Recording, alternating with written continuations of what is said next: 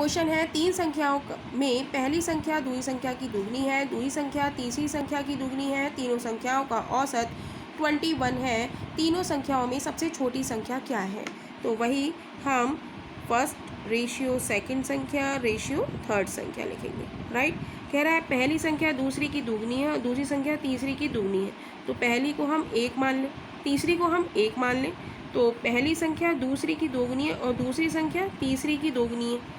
तो हम पहले लिखेंगे दूसरी संख्या तीसरी की दोगुनी, यानी कि 1 का दोगुना क्या हो गया 2, और पहली संख्या दूसरी की दोगुनी है, यानी कि 2 का दोगुना क्या हो गया 4।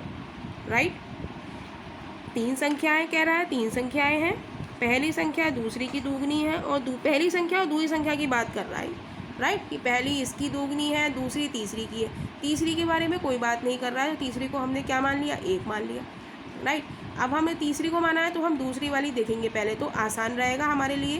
दूसरी संख्या तीसरी की दोगुनी है, यानी 1 का दोगुना क्या हो गया 2। अब कह रहा है पहली संख्या दूसरी की दोगुनी, यानी कि 2 का दोगुना क्या हो गया 4। राइट, अब हम यहाँ से निकालेंगे योगफल। योगफल बराबर होता है औसत गुणा संख्या।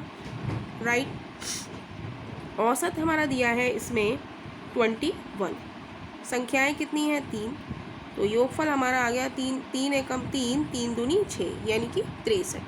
योगफल आ गया हमारा 63। सब पूछा है हमसे तीनों संख्याओं में सबसे छोटी संख्या, तो हम छोटी संख्या निकालेंगे।